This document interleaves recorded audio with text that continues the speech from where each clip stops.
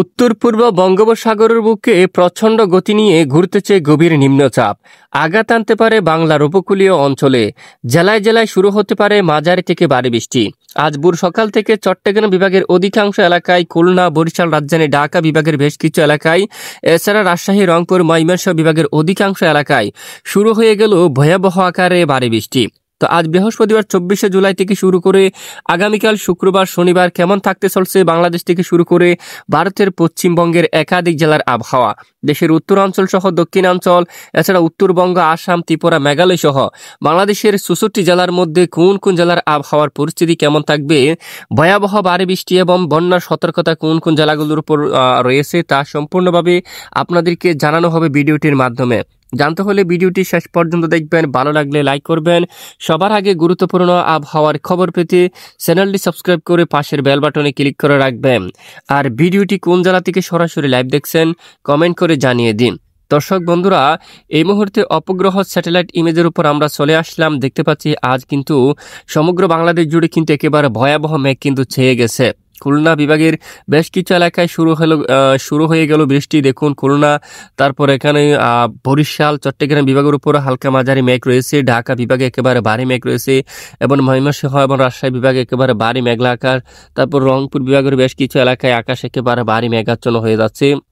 সঙ্গে পশ্চিমবঙ্গের একাধিক জেলায় দেখুন কলকাতা, কোলাঘাট, তারপর এদিকে দেখুন আরামবাগ অঞ্চল, বর্ধমান, দুর্গাপুর, বাঁকুড়া, পুরুলিয়া, সিউড়ি, কাতুয়া অঞ্চল, নালহাটি, তারপর দেখুন এদিকে শান্তিপুর সহ সকল জেলায় একেবারে ভয়াবহ আকাশ মেঘাচ্ছন্ন অবস্থায় আছে। দেখুন সঙ্গে শুরু হয়ে গেছে একেবারে মাঝারি থেকে ভারী বৃষ্টি।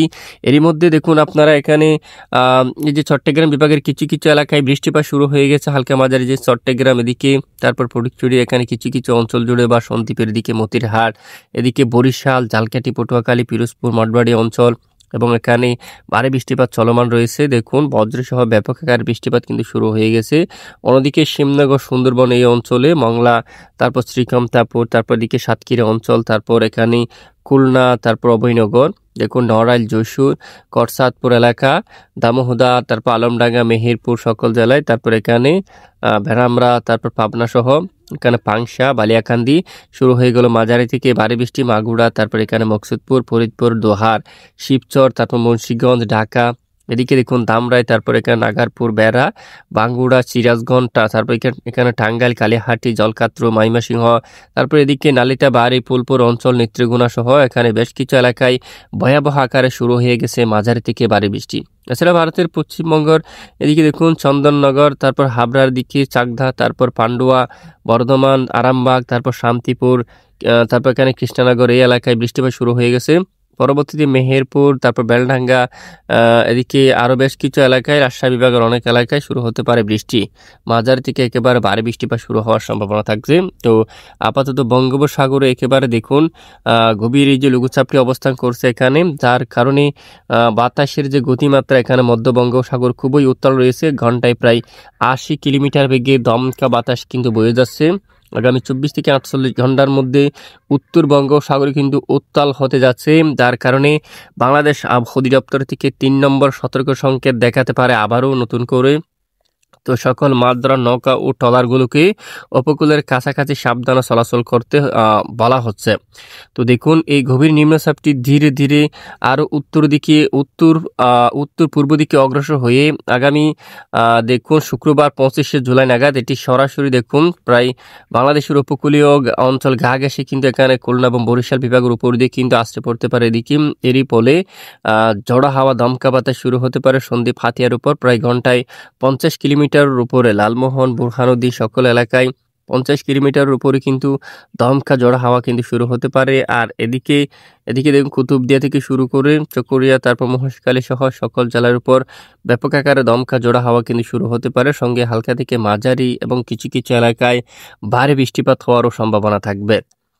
এবং এদিকে আমরা দেখতে পাচ্ছি চকরিয়া প্রায় ঘন্টায় দেখুন 54 কিলোমিটার দমকা বাতাস বইতে পারে। কুতুবদিয়ার উপর প্রায় 57 কিলোমিটার পর্যন্ত। সাতক্ষীরা এখানে এই যে এখানে সাতকানিয়া, তারপর এখানে চট্টগ্রাম প্রায় 50 কিলোমিটার উপরে, হাটহাজারি প্রায় 53 কিলোমিটার, সন্দ্বীপ এবং প্রায় 60 কিলোমিটার পর্যন্ত হাতিয়া, এখানে প্রায় 60-65 কিলোমিটার পর্যন্ত বাতাস শুরু হতে পারে।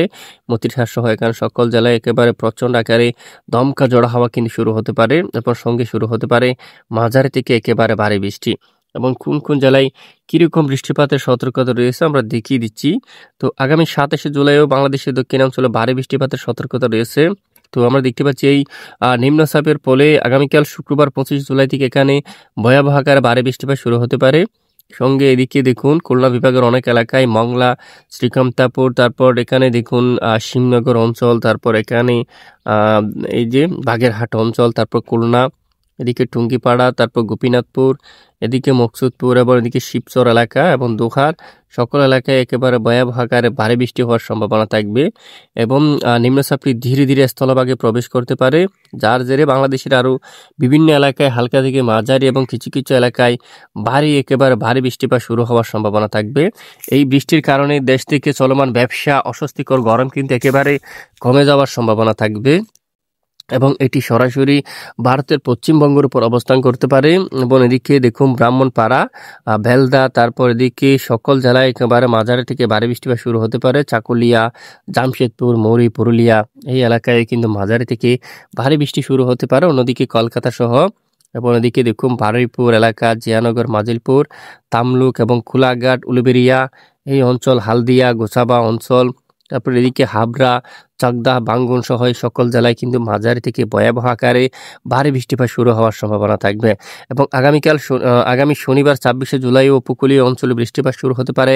মায়ানমার থেকে শুরু করে টেকনা, পুকিয়া, চেনমার্টিন, কক্সবাজার এদিকেও বৃষ্টিপাত শুরু হতে পারে মাঝারি থেকে ভারী। এছাড়া আগামী রবিবার 26শে জুলাই থেকে নতুন করে আবারও দক্ষিণাঞ্চলের জেলায় জেলায় ভারী বৃষ্টিপাতের সতর্কতা রয়েছে। এরই মধ্যে হাতিয়া সহ সন্দ্বীপ, চৌমুহনী, রায়পুর অঞ্চল, তারপর ফটিকছড়ি উপজেলা, হাটহাজারী, মানিকচুরি, লংগদু, কাকড়াছড়ি, দিঘিনালা সকল জেলার উপর একেবারে ভয়াবহ মাঝারি থেকে ভারী বৃষ্টিপাত শুরু হতে পারে দেখুন এবং এদিকে বিলাইছড়ি, রাঙ্গামাটি, হাটহাজারী, চট্টগ্রাম, রাজস্থলী, রোয়াঙ্গাছড়ি, সাতকানিয়া এই সকল জেলায় কিন্তু মাঝারি থেকে ভারী বৃষ্টিপাত শুরু হতে পারে এবং কুতুবদিয়া, চকরিয়া, তামচি এখানে দেখুন প্রায় 15 মিলিমিটার এরকম বা 20 মিলিমিটার পর্যন্ত বৃষ্টিপাত শুরু হতে পারে। মহেশখালী, টুঙ্গিপাড়া, তারপর টেকনাফ সহ এখানেও বেশ কিছু এলাকায় দেখুন মাঝারি থেকে ভারী বৃষ্টিপাত শুরু হওয়ার সম্ভাবনা থাকবে। এরকম বৃষ্টিপাত কিন্তু চলমান থাকবে বেশ কিছুক্ষণ ধরে।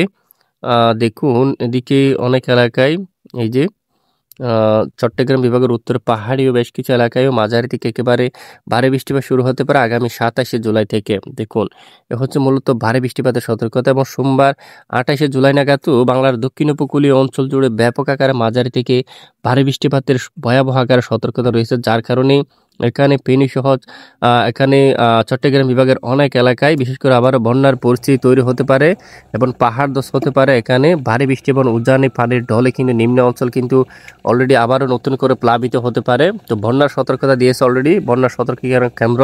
তো আমরা পরবর্তীতে জানিয়ে দেবো কোন কোন জেলার উপর ভয়াবহ বন্যার পরিস্থিতি তৈরি হতে পারে। তো অবশ্যই আপনারা সতর্কতা অবলম্বন করবেন।